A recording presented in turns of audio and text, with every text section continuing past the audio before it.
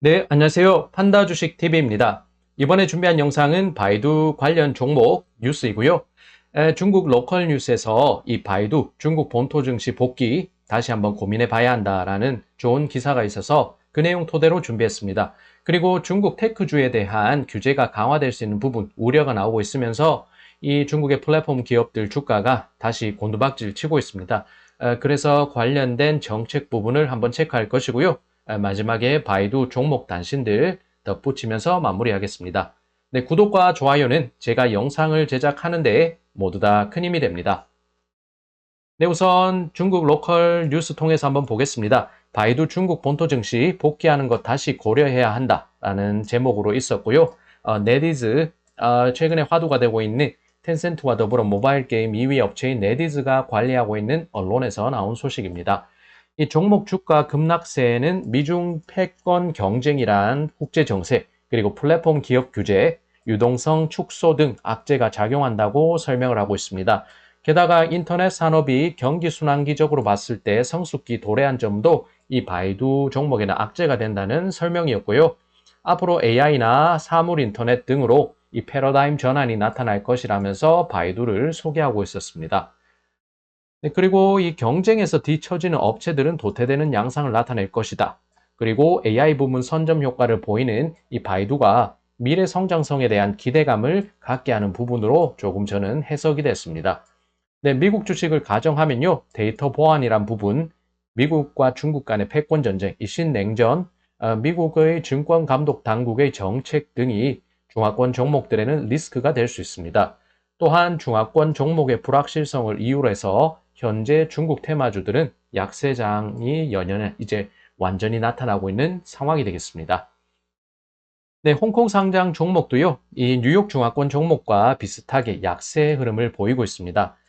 아무래도 해외 기관 투자자 위주로 홍콩 증시가 이루어지다 보니까 그들의 심리적 요인에 홍콩장 역시도 적잖은 영향 받고 있습니다.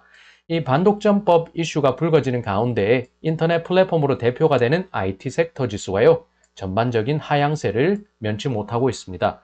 이 해외 자본이 주도하는 이 시장의 금융시장에서는 미시적인 요인보다는, 그러니까 기업들 종목들의 펀더멘털보다는 거시적인 이 경제 측면, 이 논리나 이성보다는 감정이나 심리 등의 이 주가가 더욱 영향을 받는 것이 보인다고 이 기자는 설명하고 있습니다. 바이두뿐만 아니라 이 텐센트, 알리바바, 징동, 샤오미 등이 현재 전반적인 저평가 추세, 저평가를 받고 있는 상황이라고 밝히고 있습니다. 네, 그래서요. 그런데 중국 본토 A주 시장엔 좀 차별화된 움직임 보이고 있다는 설명입니다.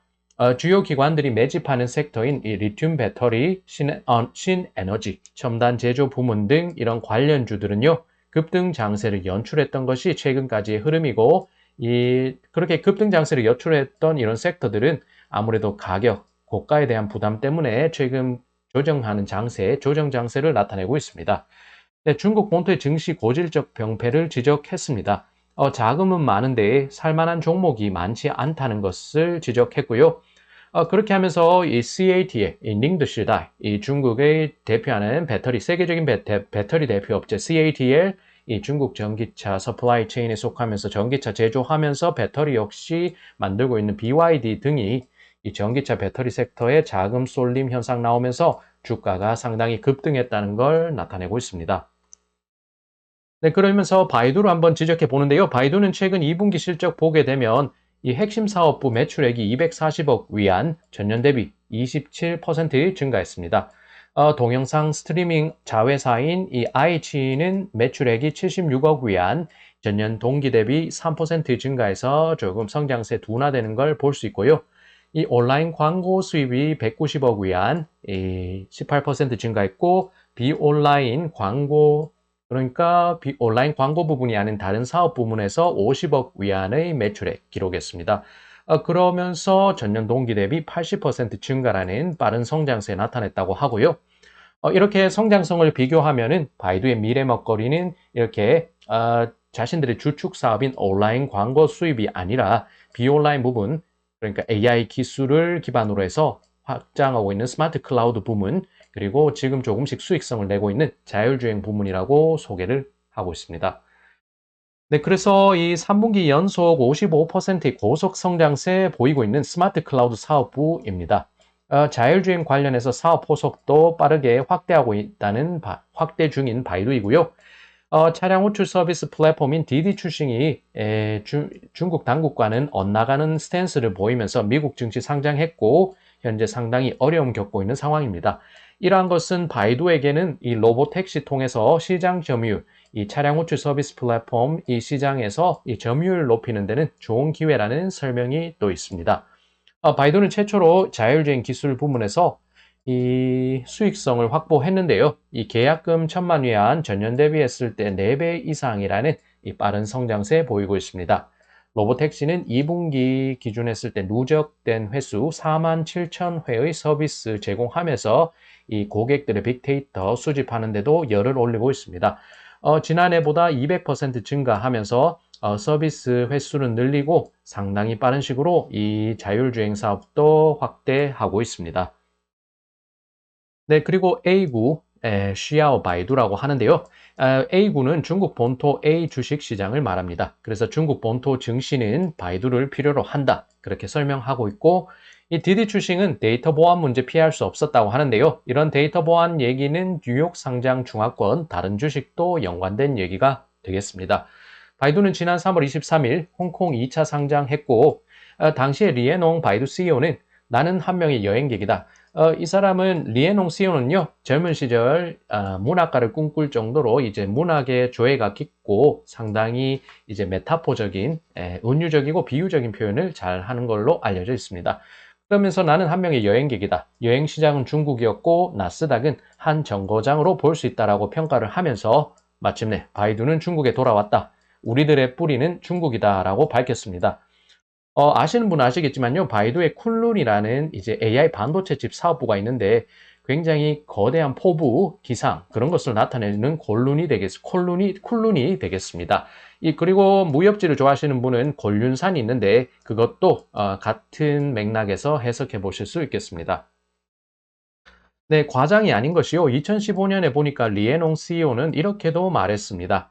중국 본토 A주 시장 복귀를 준비 중이다. 那个随时准备回归 A구, 但现在政策不允许,也期待 A구 시장 越来越好라고 말을 하면서요. 하지만 정책이 허용치 않는다. 중국 본토 시장 환경이 차츰 개선되었으면 한다라고 2015년 당시에 말했다고 합니다. 또한 2018년으로 한번 돌아가 보면요. ADR로 잘 알려져 있는데 미국 예탁 증서라고 우리는 알고 있는데 그런 방식으로 중국이 중화권 종목들이 뉴욕 증시 상장되어 있습니다. 그런데 2018년에 중국 예탁 증서 CDR 방식으로 해서 뉴욕에 상장된 이 주요 종목들 중국 복귀가 추진되기도 했습니다. 가변이익 실체라고 해서 조금 변칙적인 방식으로요. 뉴욕에 상장된 중화권 종목이 중국 본토로 복귀를 하는데 정책적인 부재를 해소했다는 평가도 있었습니다. 그러면서 바이두도 역시 그 2018년 당시에 중국 본토 증시 복귀를 추진했지만 무산됐던 사례가 있습니다. 그래서요, 이제 GD 코리아넷인가? GD넷 코리아라는 이 국내 매체가 2018년 4월 다뤘던 내용 중에 이 부분을 담고 있었습니다. 조금 오버가 될 수도 있겠지만 여기서는 복귀할 전망이다라고 했기 때문에 오버는 아니겠습니다. 알리바바 바이두 징두 중국 주식시장의 복귀 이렇게 헤드라인이 잡혀 있었고요. 국내 매체에서 관련 내용 다루기도 했습니다. 바이두 징동은 이 AB주 구조를 갖고 있어서 이 일부 주식 매도해도 리엔홍과 류창동 회장의 지배권에는 영향이 없는 것으로 알려져 있다고 설명하고 있었습니다. 방식으로는요, 이 신주를 발행하는 것이 아니고 이 뉴욕에 상장된 그런 이 구주를 줄이는 방식으로 해서 일부 구주를 이 중국 본토 증시에 판매를 하면서 이제 팔면서 유통할 계획으로 이렇게 시장을 옮기는 이 상황을 추진했었다고 설명하고 있습니다. 그리고 2020년 6월 달 나왔던 중앙일보 기사를 보게 되면 그 당시에도 지난해에도 중국 주식 상장 폐지 우려 커졌을 당시 관련 기사를 보면요. 중국 주식이 상장 폐지가 되면 휴지가 될까라는 헤드라인이 잡혔는데 스스로 상패를 결정하는 경우에는 주주에게 금전적 손실이 가지 않도록 장치를 마련할 것이라는 업계 관계자의 의견도 나오기도 했습니다. 바이두가 어쨌든 글로벌적으로 활약을 하고 있는 이 정보 검색, 이제 인터넷 서칭, 이제 검색 엔진의 대표하는 업체이니까요. 자신들의 신용도를 이제 깨지 않기, 낮추지 않기 위해서라도 이렇게 자발적인 상장 폐지 때에는 주주들에게 피해가 가지 않도록 어떤 조치를 취할 것이다. 그런 생각을 하게 됩니다. 그리고 2018년 당시 시나리오를 보게 되면요. 샤오미가 우선 중국 본토 상장 스타트를 끊고 바이두, 알리바바, 텐센트 등이 뒤를 따른다는 계획이 있었습니다. 이리하여 중국 금융시장과 회사 규모를 동반 성장시키겠다는 의지 하에서 이 공동으로 이렇게 노력했던 시기가 있었다는 설명이고요. 그런데 초반부터 샤오미가 본토 상장 차질 빚고 나서 샤오미는 결국 홍콩에 상장하게 됩니다. 현재요, 디지털 보안 관련해서 미국의 외국 회사 문체법이 적용된다고 하면 바이두 역시 머지않아서 디디 출신과 같은 어려움을 겪을 수 있다는 그런 분석이 나왔습니다. 네, 홍콩 금융시장은 기업 측면에서 봤을 때 사실 굉장히 선진화된 금융 시스템 갖고 있으니까요. 이상적인 시장으로 볼 수 있다고 평가됩니다. 중화권의 대내외 자본이 모여드는 곳이고 이론적으로 보면 홍콩에 상장할 경우 결국엔 중국 본토에 복귀하는 그런 본래 가치를 더욱 인정받을 수 있다는 그런 결론도 내릴 수가 있습니다. 다만 이런 점으로 인해서 현재 홍콩 증시 참여자들 보게 되면요. 이 외국 자본들이 주도하는 이 홍콩 증시의 상황 볼 수가 있습니다. 과거를 보면은 이 중국 기관 및 유통시장의 투자자들은 외국 자본, 그러니까 해외에서 오는 그런 투자자들이나 외국 자본이라고 하면은 왠지 모르게 주로 이제 위축되는 모습, 자신감을 잃는 모습을 보였다고 합니다. 그렇지만 현재 중국 본토 투자자들과 외국 자본 간에는 이미 이 시장이 양분화되는 추세에 보이고 있다는 평가입니다. 중국 본토 현재 증시 분위기를 보면요. 그렇게 말도 많고 탈도 많지만 이 해외 자금이 중국의 주요 섹터들, 중국 정부가 우호적으로 정책 내놓으면서 수혜가 기대되는 섹터 쪽으로 자금 쏠림세는 뚜렷합니다. 리튬 전지, 신에너지, 첨단 제조업 등 중국 정부가 키우려는 섹터 위주로 자금 유입세가 진행되는 모습 다시 한 번 더 지적하고 있습니다. 네, 그런데 역시 여기서 젠도어 하오공스 샤오라고 하는데요. 중국 본토 증시 문제는 역시 돈은 많은데 좋은 회사가 없다는 점입니다. 단기적으로 증시가 보면은 중국 본토 증시 투자하시는 분은 알겠지만 굉장히 투기적 성향이 강합니다. 투자자 비중을 봤을 때 개인 투자자가 비중이 상당히 높고요. 그렇다 보니까 우리나라 국내 증시와도 상당히 유사한 모습으로 조금 투기적 성향이 강해지는 모습 피할 수 없겠습니다. 바이든이 현재 미국과 홍콩 등지에서 중국 테마주에 속해서 직접적인 악재를 맞지도 않는데도 불구하고 주가는 큰 폭 하락세를 나타내고 있습니다. 자동차는 전기차, 자율주행, 신에너지 등 섹터에 쏠리는 자금 흐름입니다. 이런 자금 쏠림 현상에 따른 리스크는 결국 좋은 기업이 중국 본토로 복귀해서 이 자금 흐름을 분담할 수 있다. 굉장히 중요한 메시지를 남기면서 이 기사를 이제 보여주고 있습니다. 네, 그렇게 하면서요, 이제 투자자에게 있어서 정치, 국가, 의식 차이는 이런 문제들은 전략상 중요 참고 사항이라고 밝히고 있습니다. 바이두 홍콩 주식으로 남는다면 분명 재평가받는 시기가 돌아올 것이라고 이 홍콩 쪽에 남는다면 좋다고 해석하는데요. 그렇지만 미국 주식은 상황이 다르다고 어떻게 보면 중국 본토의 이런 관계자 입장에서 쓰고 있습니다. 아마 계륵이 될 수도 있고 혹은 더욱 나쁜 영향을 야기할 수도 있다는 분석입니다. 네, 그러면서 이제 내수난, 그러니까 내수시장 활성화, 이 테마 범위는 예상보다 더욱 광범위하다고 밝히고 있는데요. 소비, 첨단 제조, 산업 시스템 완비 등에 덧붙여서 금융 부문 역시도 내수시장 탄탄하게 구축할 필요가 있다. 그렇기 때문에 금융시장 역시 중요한 분야라고 설명하고 있습니다. 해외 자본을 비롯해서 해외 세력들, 해외 여러 투자자들이 들어오는 것을 막는 그런 내수 시장은 중국 자체적인 중화권의 자본을 통해서 이렇게 개발하고 이제 과실을 나누자 그런 입장에서 쓰여진 것 같습니다. 네, 이런 배경에서 우선적으로 그리고 주동적으로 바이두가 중국 본토 증시에 복귀해야 한다는 식으로 마무리를 짓고 있는 기사였습니다. 네, 17일 홍콩 시장 부진했는데요. 이 부분에 이제 악재로 소화된 부분은 이후에 나오는 페이지에서 살펴보겠습니다. 텐센트 알리바바 4%대 급락, 메이투안 3%대, 징동그룹은 5%대로 더욱 부진했고요. 콰이쇼 역시 4%대, 바이두도 역시 5%대로 상당히 징동과 마찬가지로 부진한 흐름을 나타냈다는 걸 볼 수 있습니다. 그러면서 네디즈, 빌리빌리 역시 5에서 7%대의 급락 장세, 주요 플랫폼 업체들 모두 3에서 5%, 7%까지 가는 급락 흐름으로 상당히 부진했습니다. 그래서요, 이제 보면은 우선 중국 이제 영문 뉴스를 보게 되면 China steps up tech scrutiny라고 하는데요. 이제 테크주들에 대한 이제 규제가 강화되는 부분, 속도를 더욱 높이고 있다. 그렇게 설명하고 있고, 그 부분은 이제 불공정 경쟁, 그리고 중요한 데이터 부분에 있어서 이제 규제를 강화하겠다는 입장입니다. 그리고 이 부분은 제가 중국 감독 총국에서 나왔던 이제 공식적인 발표 내용을 헤드라인을 붙인 것이고요. 시장 감독 총국이 금지합니다. 인터넷 불공정 경쟁 행위에 대해서 금지를 하는 규정을 내놓는다. 그래서 대중들에게 의견을 묻는 그런 통지서를 내놓았다. 그런 헤드라인이고요. 그 다음에 중국의 이제 미국의 게리 갠슬러라고 해서 미국의 증권감독관리위원회로 볼 수 있는 SEC의 이제 위원장이 중국 기업들에 대해서 경고를 하고 나섰다는 부분도 뉴욕 증시에 상장되어 있는 미국 이제 중국 관련된 종목들에는 조금 악재로 소화될 수 있겠습니다. 역시 7월 경제 지표가 부진했는데 델타 변이 확산 그리고 이 재난재해가 많이 발생한 것에 따른 그런 폭우 그리고 이제 도시가 침수되는 등 굉장히 중국 실물 경기가 부진했던 흐름도 이 증시에는 악재가 되고 있습니다. 그래서 이 부분은요, 제가 붙여봤고요. 이제 세부적인 조항까지 나오면 너무 복잡하다 보니까 간략하게 이제 부분만 설명해 드리겠습니다. 인터넷 불공정 행위 금지 규정하는 제7장 제40조로 구성되어 있었습니다. 근거는 이게 보면 중화人民共和国 반부정당 징정파 그러면서 반부정당 경쟁법, 전자상무법, 전자비즈니스법, 행정처벌법 등 이제 상법이 되겠습니다. 일렉트로닉, 전자상법 정도가 될 것이고요.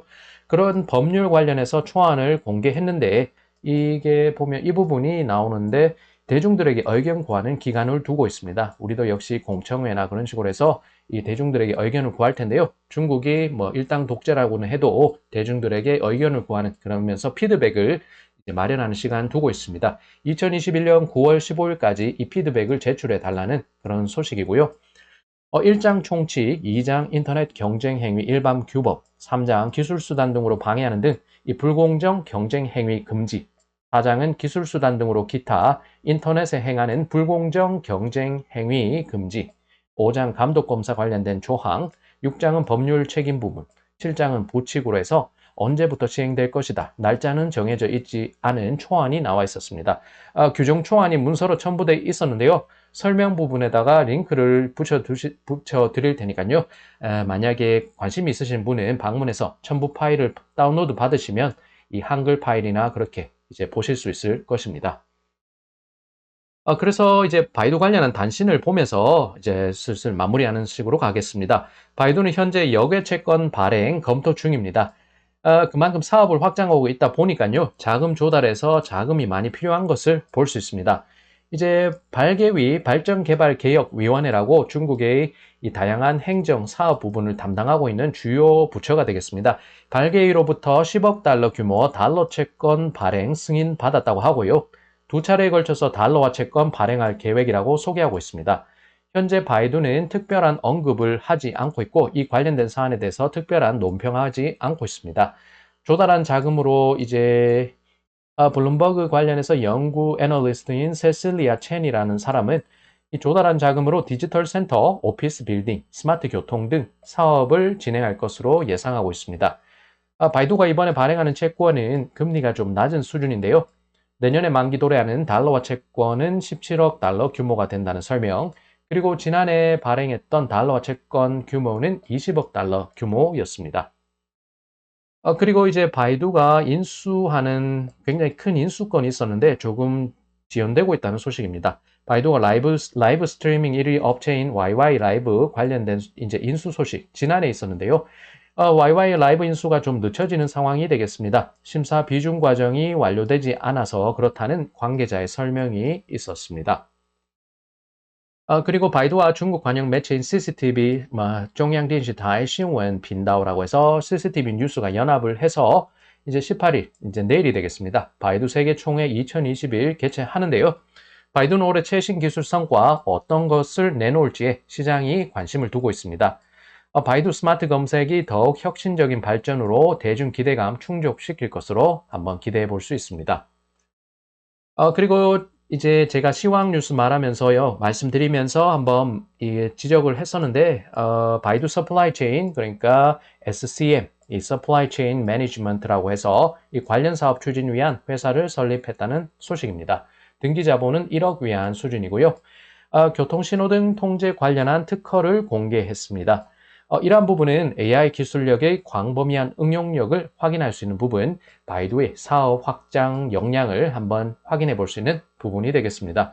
공급 측 개혁과 스마트 도시 건설 가운데 일부인 스마트 교통 관련된 하나의 단신으로 해석하시면 좋겠습니다. 네, 이제 요약 정리를 빠르게 한번 해보겠습니다. 바이두 중국 본토 증시 복귀하는 것 다시 고려해봐야 한다. 굉장히 조금 적극적이고 진보적인 차원에서의 그런 기사가 나왔고 한번 다뤄봤습니다. 생각할 부분이고요. 한번 곰곰이 한번 생각해 보시면 좋겠습니다. 데이터 보안, 신냉전, 그리고 미국 정책 등의 바이두, 그리고 중화권의 종목들, 주식들 자유롭지 못합니다.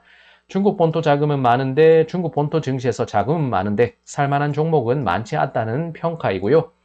중국 당국의 우호 정책 수혜주로 기대되는 그런 종목들, 그리고 그런 섹터들의 자금 쏠림세에 상당히 뚜렷합니다. 바이두는 AI 기반한 스마트 클라우드 성장세 가파르다는 지적 나오고요. 자율주행도 수익성을 확보하기 시작했다는 부분 굉장히 고무적으로 해석됩니다. 바이두는 2015년부터 중국 본토 복귀 의지 드러낸 바 있습니다. 2018년 샤오미 필두로 해서 주요 기업들 본토 복귀 시도를 했지만 무산된 경우도 있고요. 그런 사례도 있었고, 그 다음에 자진 상패는 주주들에게 금전적 손실 안 가는 장치 마련할 것이라는 업계 관계자 발언도 있으니까 바이두가 만약에 자진 상패를 해서 중국 중화권 증시로 복귀한다. 그런 사전 상황에 대해서 너무 큰 우려를 하는 것보다는 상황에 맞게 대응하는 것이 필요하지 않겠나 싶습니다. 중국 내수 활성화는 금융시장에도 적용된다는 부분, 해외 자본이 들어오는 것을 막무가내로 막지는 않겠지만 어느 정도는 이 해외 자본이 들어와서 공룡처럼 해서 황소개구리처럼 중화권 금융시장 황폐하게 만드는 것은 맞겠다. 그런 의지는 드러날 수 있다는 걸 한번 생각해 봐야 되겠습니다. 네, 이런 상황에서 바이두가 주도적으로 본토 증시 복귀 추진해야 한다는 조금 적극적인 진보적인 입장이 나온다는 점 볼 수 있었고요. 사실은 한 치 앞도 모르는 현재 상황입니다. 그렇지만 섣부를 수는 있겠지만 그래도 중국 본토 증시에도 바이두가 돌아올 수 있다는 부분은 한번 생각을 하면서 대비할 필요가 있겠다는 차원에서 기사를 붙여봤습니다. 중국 테크주 규제 강화 우려감 나오고 있고요. 미국 감독 당국의 경고도 있었습니다. 중국 종목 차이니스 스탁에 대한 경고도 있었습니다. 중국은 코로나 델타 변이 확산에 대한 우려감, 자연재해 등으로 7월 경제지표 부진했고 이러한 부분도 역시 중화권 주식들 대거 급락하는데 영향을 끼치는 악재 소화되고 있습니다. 바이두 단신을 보면서 마무리 짓겠습니다. 바이두 10억 달러 규모 달러화 채권 발행허가 받았습니다. 동영상 라이브 방송 스트리밍 업체인 YY 라이브 인수안이 심사 승인 과정이 조금 미뤄지면서 조금 이 인수 합병안이 조금 늦춰지고 있는 상황 지적되고 있습니다. 이 부분은 조금 악재로 보이고요. 그리고 바이두 관영 매체와 18일 이제 중국 CCTV 뉴스와 AI 세계총회 2021 개최하게 됐습니다. 어떤 신기술을 내놓을지 시장은 주목하고 있고요. 그 다음에 서플라이 체인 매니지먼트라고 해서 이제 공급 체인 관리하는 회사 이제 등기 자본 1억 위안 수준으로 해서 설립하는 소식. 그 다음에 신호등 통제 관련한 특허를 공개한다고 합니다. AI 기술력을 다시 한번 증명했던 바이두 단신이었습니다. 네, 여기까지 판다 주식 TV였습니다. 바이두 종목 주가는 조금 내리막을 계속 이어가고 있는데요. 거시적인 환경 측면에서 중화권 종목들이 이제 플랫폼 기업에 대한 규제 방법, 방안들, 그리고 이제 중국의 7월 경제지표 부진들, 그리고 미국 당국 차원에서도 중국 중화권 종목에 대한 이제 경고가 나오고 있습니다. 그렇다 보니까 이제 흐름 자체가 그렇다 보니까요. 바이두 종목 역시 주가 하락세 면치 못하고 있습니다. 저는 개인적으로는 이제 홍콩 쪽에서 이 바이두 종목을 추가 매수하는 것을 포인트를 잡고서 추가 매수를 했는데요. 나중에 결과 어떻게 될지는 모르지만 그래도 괜찮은 지점이라고 생각을 해서 한번 매수를 했다는 점을 그런 개인적인 이런 동향들 말씀 한번 드려보겠습니다. 네, 시청 감사드리고요. 영상이 유익하셨다면 구독과 좋아요 주시면 제가 영상 제작하는데 모두 다 큰 힘이 됩니다. 중간에 끊지 않고 조금 빠르게 업로드 위해서 이제 버벅거리는 부분은 조금 양해 말씀 부탁드립니다. 네, 그럼 시청 감사드리고요. 저는 다음에 영상 또 잘 제작해서 다음 영상에서 찾아뵙겠습니다.